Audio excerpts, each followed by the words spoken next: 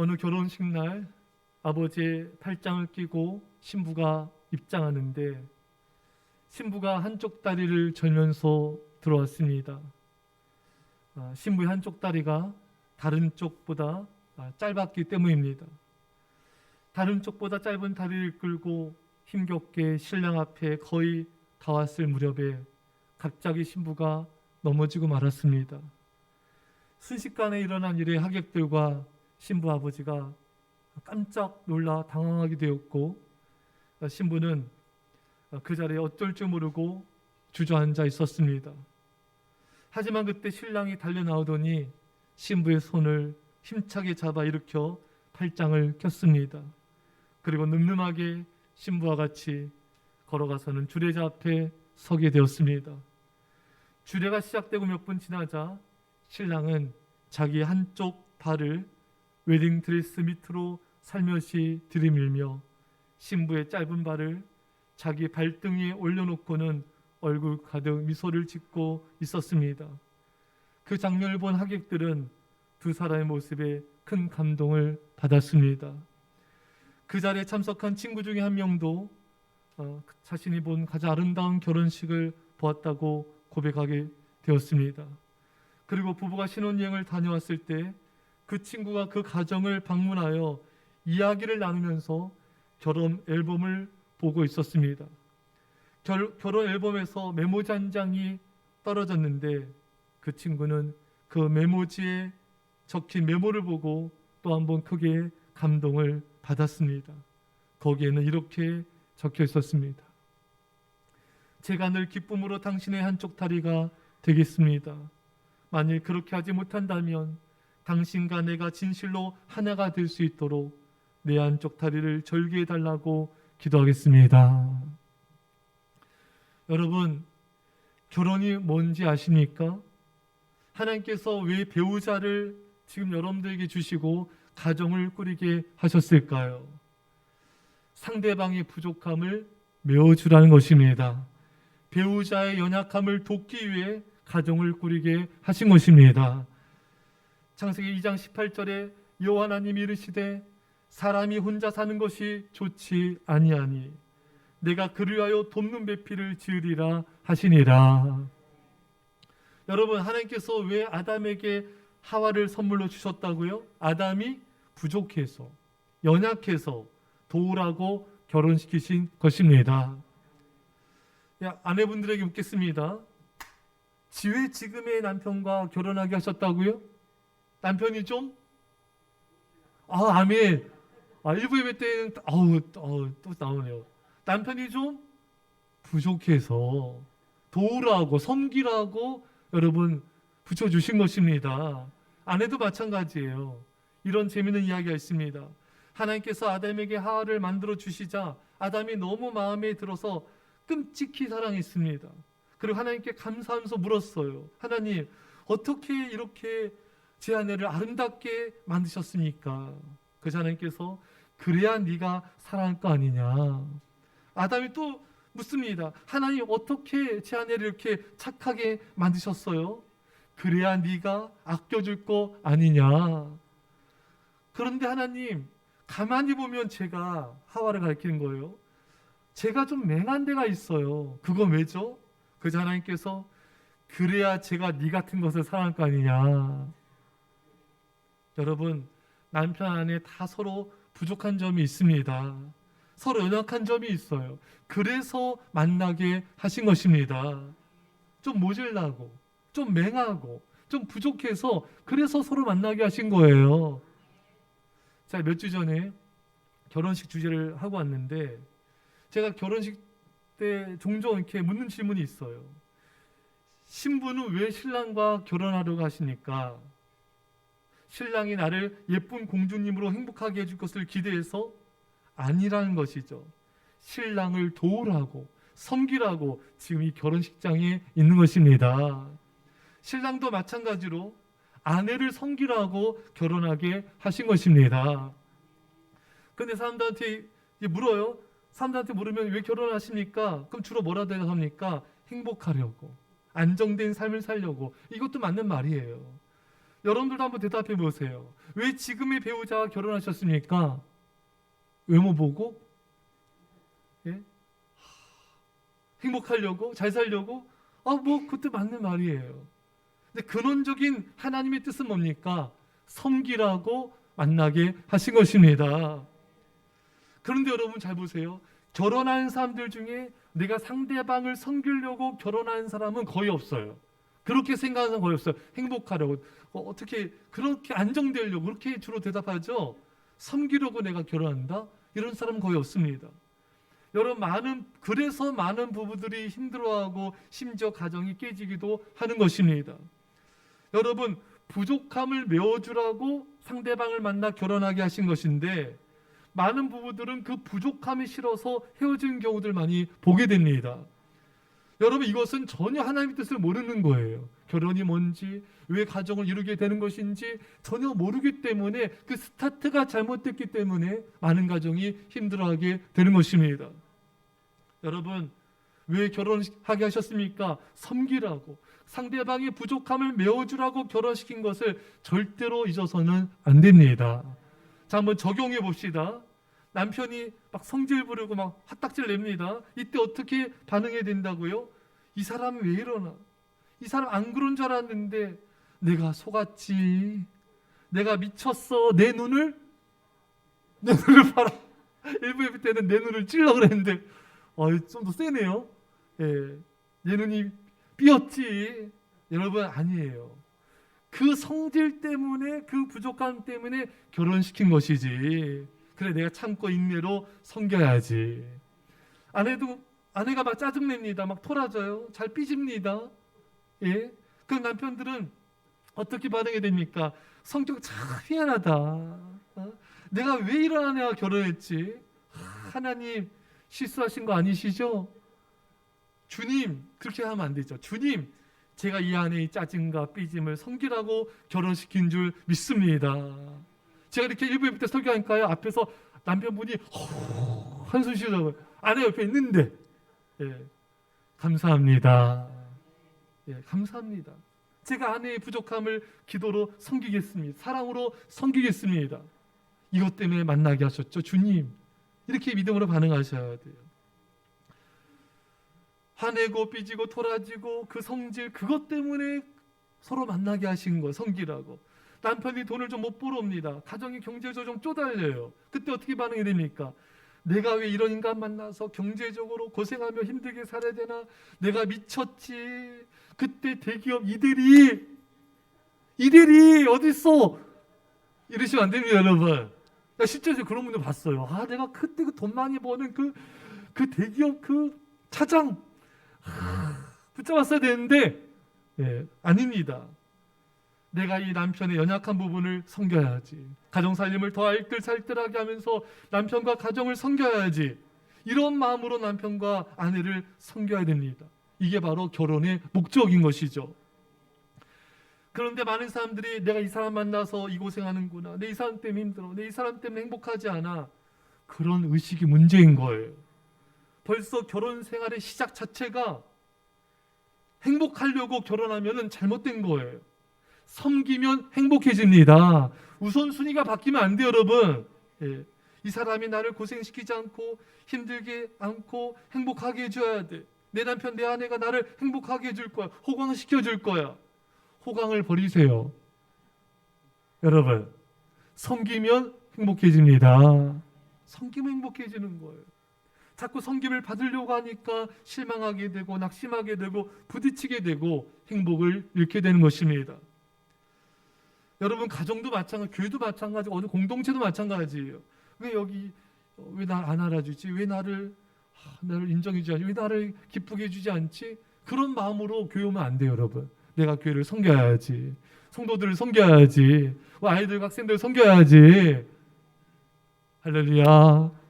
오늘도 이렇게 교회 학교 와서 이렇게 섬기는 성도님들 보면서 너무 감사하더라고요.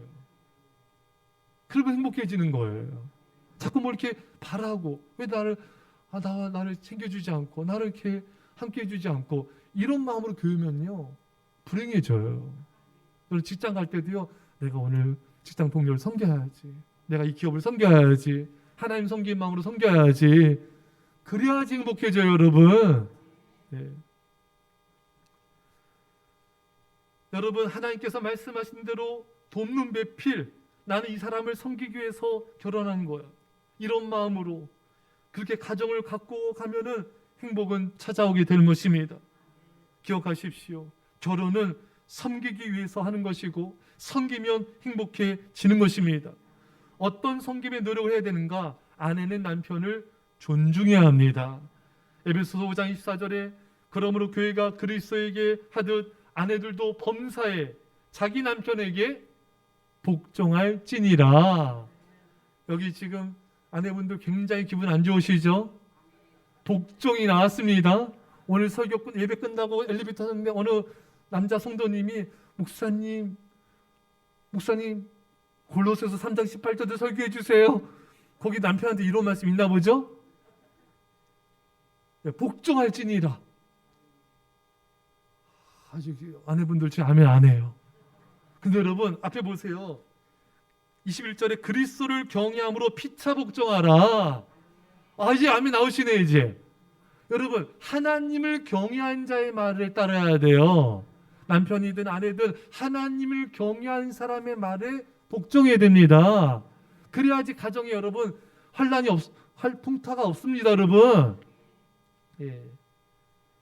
아내들은 하나님의 뜻에 어긋나지 한 남편의 말을 따라주고 순종해주고 또 아멘 없어졌어요? 다시 할게요.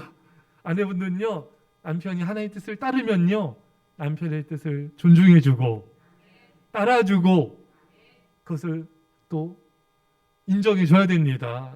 한마디로 남편을 존중하란 말이에요. 아내는 남자의 속성에 대해서 알아야 됩니다. 아내가 남편을 존중하면 어떤 일을 하는지 아십니까? 남편은요 아내를 위해서 목숨 걸고 헌신합니다. 남자들은요 단순해요. 아멘. 자신을 인정해주는 사람에서 목숨도 겁니다. 자신을 존중해주고 인정해주는 아내에게 정말 헌신하게 되는 거예요. 아내는 남편에게 많은 사랑을 받고 싶지 않습니까? 한 분 아멘 했어요. 그러려면 여러분 남편에게 똑똑한 말을 하려고 하지 마십시오. 남편을 지적하는 말을 하지 마세요. 잔소리를 멈추십시오. 남편이 위해서 한 잔소리인데 남편은 아내가 자기를 지적했다고 받아들이는 것입니다. 남편을 높여주는 지혜로운 존중의 말을 하시기 바랍니다. 이렇게 말해보세요. 여보 당신이 최고예요. 당신이 정말 자랑스러워요. 당신을 만나 저는 정말 행복해요. 왜? 진짜 여러분 그렇게 고백을 하셔야 돼요. 예, 여러분. 그러면 남편은 아내에게 헌신하게 돼요. 남편에게 사랑받는 건 참 쉬운 일입니다.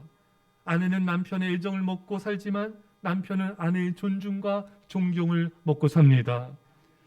바본달 같아도 존중하면요 그러한 여자는 사랑을 받아요. 그러나 계속 잔소리하고 지적하면요 이런 아내는 남편을 사랑을 잘 못 받을 수 있어요. 왜? 남자들은 그런 잔소리 들을 때 자신을 못 믿나? 또 자신의 부족함이 자꾸 늘어난 것 같잖아요. 그러면 아내 앞에서 이렇게 작아져요. 예. 또 아내 앞에서 어떻게 분노해요. 말과 행동이 거칠어져요. 왜냐하면 남자는요 존중받지 못하면 분노하는 경향이 있습니다. 아내보다 더 강해요. 아내한테만큼은 인정받고 존중받고 싶은 것입니다. 아내에게 인정과 존중을 받지 못하면 그것만큼 남편이 힘든 게 없는 거예요. 반면에요 이 세상 모든 사람이 자신을 안 믿어줘도 아내가 믿어지면 그 남편은 힘을 내고요 어떤 일도 자신감 있게 해낼 수가 있는 것입니다. 탈무드에 이런 글이 나옵니다. 딸아, 만일 내가 남편을 왕처럼 존경한다면 그는 너를 여왕처럼 우대할 것이고 내가 계집종처럼 처신한다면 남편은 너를 노예처럼 다룰 것이고 내가 너무 자존심을 내세워 그에게 봉사하기를 싫어하면 그는 힘으로 너를 하녀같이 부릴 것이다. 여러분 우리 아내분들 왕비가 되고 싶지 않습니까? 그럼요 남편을 왕 대접하는 거예요. 사업장 짜장면집에서도 고객은 왕이라는데 그냥 왕 같지 않죠? 그냥 왕처럼 해주세요 여러분. 그러면요 남편들은 진짜인 줄 알아요. 내가 왕이로소이다. 근데 아내가 이렇게 존중해주면요, 뿌듯해져요. 그래서 여유로워져요. 아내한테도 싫은 소리 안 해요. 왕비처럼 다 받들게 되는 겁니다. 할렐루야. 똑똑한 아내가 데려가지 마십시오. 지혜로운 아내가 되십시오. 부족함이 있어도 남편을 존중하고 존경하는 현숙한 아내가 되십시오. 그런 남편은 아내를 더 깊이 사랑하며 헌신하게 될 것입니다. 그런 남편은 아내를 어떻게 사랑해야 되는가? 오늘 본문에 남편들아 아내 사랑하기를 그리스도께서 교회를 사랑하시고 그 교회를 위하여 자신을 주신 같이 하라. 우리 남편분들 아주 간단해요. 아내를 어떻게 사랑해야 된다고요? 예수님이 교회를 사랑하여 자신을 주신 같이. 예수님이 그럼 교회를 어떻게 사랑했습니까? 죽기까지 사랑하셨죠? 그럼 남편들은 아내를 어떻게 사랑해야 돼요? 죽어야 돼요.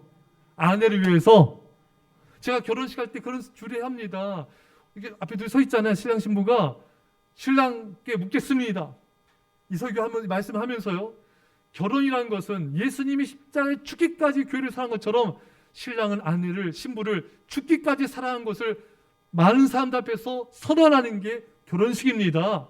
아내를 죽기까지 사랑하시겠습니까? 네 하죠. 네. 안 하면 진행이 안 되니까. 저는 그게 대답할 때까지 시켜요. 예. 우리 여기 있는 남편분들한테 묻겠어요. 아내를 죽기까지 사랑하시겠습니까? 네, 하려고 있습니다. 여러분, 결혼은 그런 거예요. 남편에겐 죽는 날이에요. 죽을 각오로 결혼해야 돼요. 이제 물을 수 없습니다. 아내를 위해서 내가 죽겠습니다. 나는 생명 다해 아내를 사랑하겠습니다. 이게 바로 결혼식인 것입니다. 남편은 아내를 사랑함에 있어 그 사랑이 변함이 없어야 되고 끝까지 사랑해야 됩니다. 요한복음 13장 1절에 유월절 전에 예수께서 자기가 세상을 떠나 아버지께로 돌아가실 때가 이른 줄 아시고 세상에 있는 자기 사람들을 사랑하시되 끝까지 사랑하시니라. 사실 여러분 유월절 만찬에 제자들 발을 씻기셨지만 제자들은 다 예수님을 버리고 도망가 버렸습니다. 그럴 때 예수님 다 아세요. 배반당할 거, 상처당하실 거 다 알면서도 끝까지 사랑하며 섬겼습니다. 여러분, 예수님 우리 신랑이 우리가 예수님 신부 아닙니까? 여러분, 남편은 아내를 끝까지 사랑하는 함에 있어 아내가 상처를 주고 설령 아내가 배반을 할지라도 남편은 아내를 절대로 포기하지 말고 끝까지 사랑해야 되는 것입니다. 호사에 보면요, 호세 선지자가 여자를 맞아해서 아내를 맞아했는데 그 아내가 집 밖에 나가서 다른 남자 만나고 다른 남자 애를 낳고 그럴지라도 호세가 그 여자를 포기하지 않고 다시 받아줍니다. 이게 바로 하나님의 우리를 향한 사랑이에요. 우리가 세상을 사랑하고 영적 가름을 해도 하나님 우리를 사랑하시고 포기하지 않는다는 것입니다. 이렇게 사랑하듯이 남편은 아내를 사랑하라는 거예요. 그렇다면 아내분들 밖에 나와서 다른 남자는 안 됩니다. 내 아들 다른 남자가 아니에요. 설령 그런 부족함과 연약함이 있을지라도 아내가 남편에게 상처와 아픔을 줄지라도 설령 배반할지라도 남편은 아내를 끝까지 사랑하며 지켜야 돼. 이게 남편의 숙명이에요. 여러분, 부부가 가정을 이룰 때는요, 상처당하고 아픔당하고 눈물나고 배반당한 걸 각오하고 부부가 돼야 돼요. 왜냐하면 사람들 안에는 다 가시가 있어요. 정도의 차이 있지만 다 상처가 있습니다.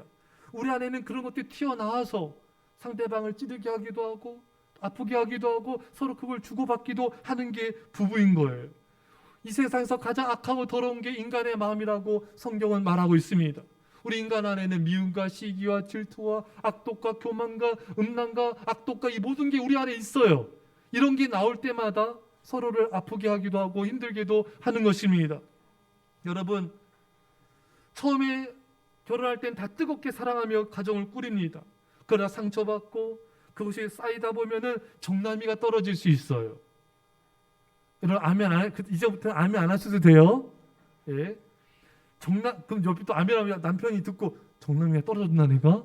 그럴 수 있으니까 정남이가 떨어지면서 사람들이 하는 가장 큰 착각이 뭐냐면은 정남이가 떨어졌으니까 나는 이 사람을 이제 더 이상 사랑하지 않아.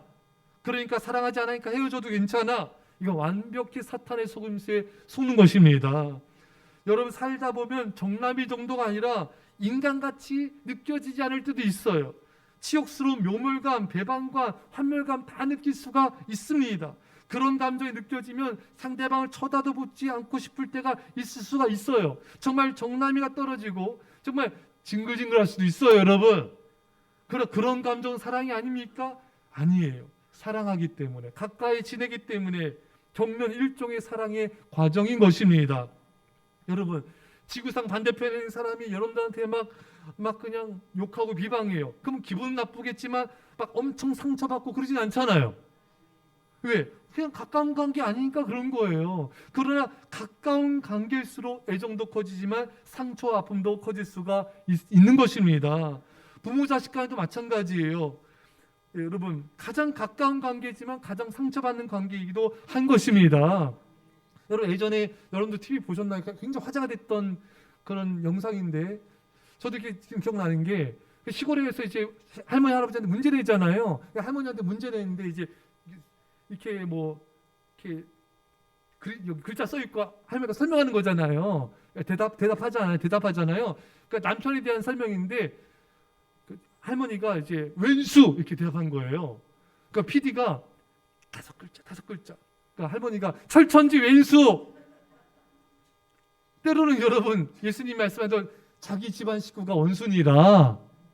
할렐루야. 왜? 가까우니까 그런 거예요. 가까우기 때문에 기쁨도 주지만 상처도 주고 행복하기도 하지만 또 아픔도 주고 그걸 극복해 나가면서 더 이해하고 품게 되면서 성숙해가고 더 깊은 사랑으로 나아가는 것입니다. 예수님을 그렇게 닮아가게 되는 거예요. 여러분, 그리고 여러분 전 이런 기준을 내세우면 안 돼요.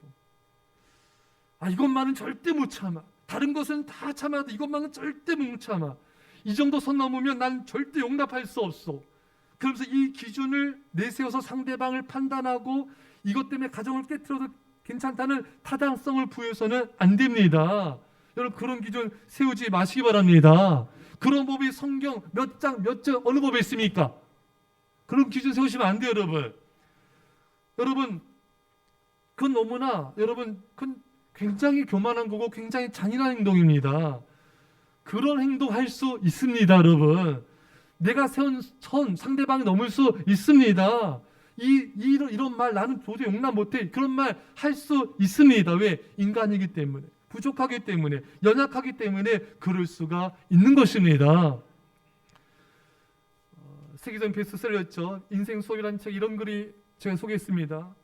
그렇게 인생을 심각하게 살지 말 것을, 좀 더 인생을 즐기며 즐겁게 살 것을 많은 사람들이 후회한다는 것입니다. 여러분, 인생을 그렇게 심각하게 살지 마십시오. 상대방에게 너무 심각하게 대하지 마세요. 엄격한 기준을 내세우지 마십시오. 우리 자신도 못하는 거 투성입니다. 다만 드러나지 않았을 뿐, 상대방이 모를 뿐인 거예요. 우리 자신도 허물투성일 뿐인 것입니다. 많은 부부들이 서로 헤어진 후에 후회하는 걸 많이 보게 돼요. 그러면서 이런 고백을 많이 합니다. 지나고 나니까 별것 아니었는데, 그리고 그것이 그 사람이 사랑 방식이었고 나와 달랐을 뿐인데 오해한 게 참 많았구나. 세월이 지나면서 비로소 보이는 것들이 있습니다. 성숙해지면서 깨닫는 것들이 많이 있습니다. 그 당시 그렇게 심각했던 것이 그렇게 심각하게 바라볼 일이 아니었음을 늦게서 깨닫는 경우도 참 많이 있습니다.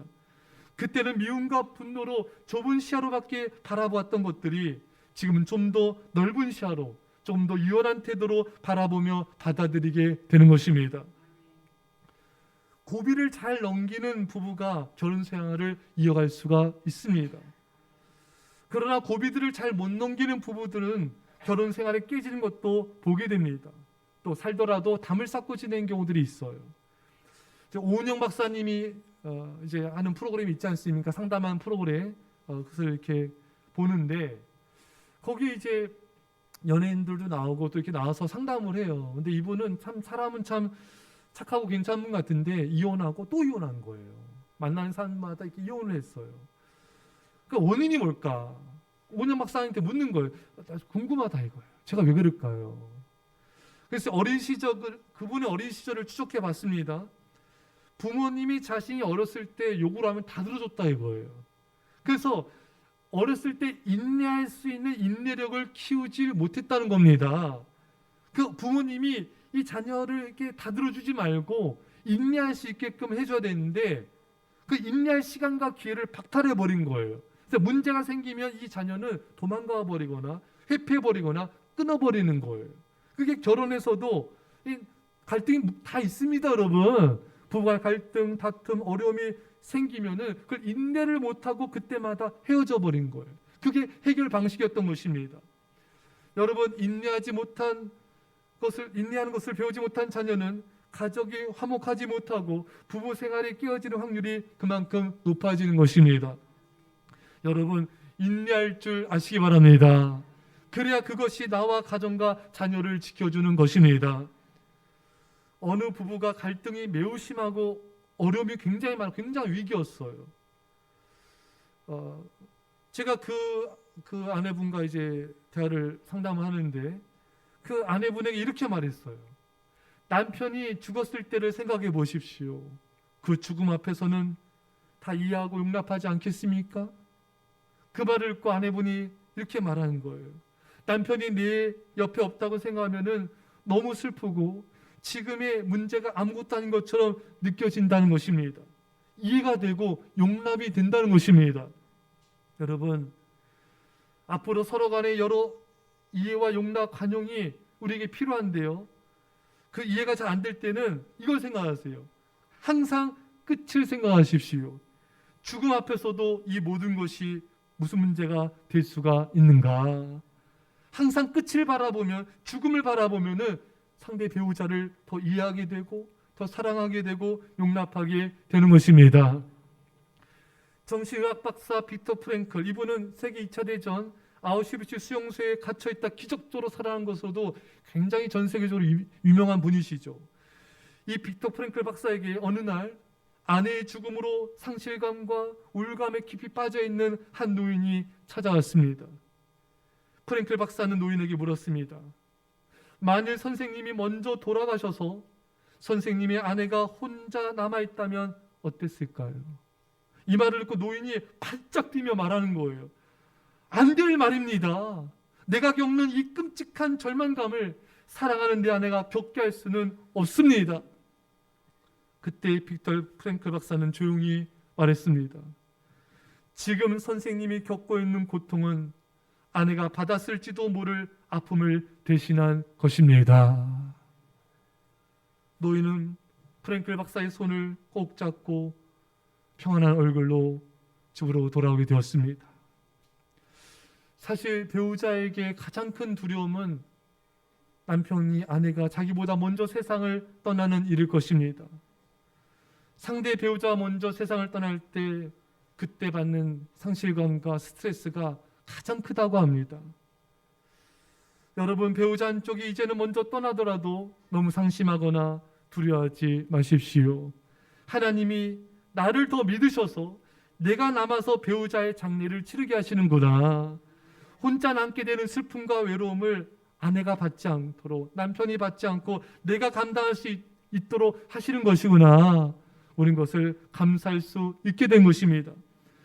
설령 혼자 남게 되더라도 끝까지 남편을, 아내를 섬길 수가 있고 사랑할 수 있음에 감사드립시다. 그리고 무엇보다 우리에게는 예수님이 계십니다. 그 예수님 우리에게 약속하셨어요. 마태복음 28장에 세상 끝날까지 내가 너희와 항상 함께 있으리라. 또 시편 48편 14절에 이 하나님은 영영이 우리 하나님이시니 우리를 죽을 때까지 인도하시리로다. 사랑하는 성도 여러분, 여러분들은 혼자가 아닙니다. 설령 배우자가 먼저 세상 떠났을지라도 혼자가 아니에요. 예수님이 세상 끝날까지 함께 하시고 그 죽음 후에도 영원히 함께 하시기 때문인 것입니다. 따라서 살아있는 지금 이 순간 서로 사랑하며 여러분의 남편과 아내를, 또 가족을, 자녀를 사랑하며 살아가시고요.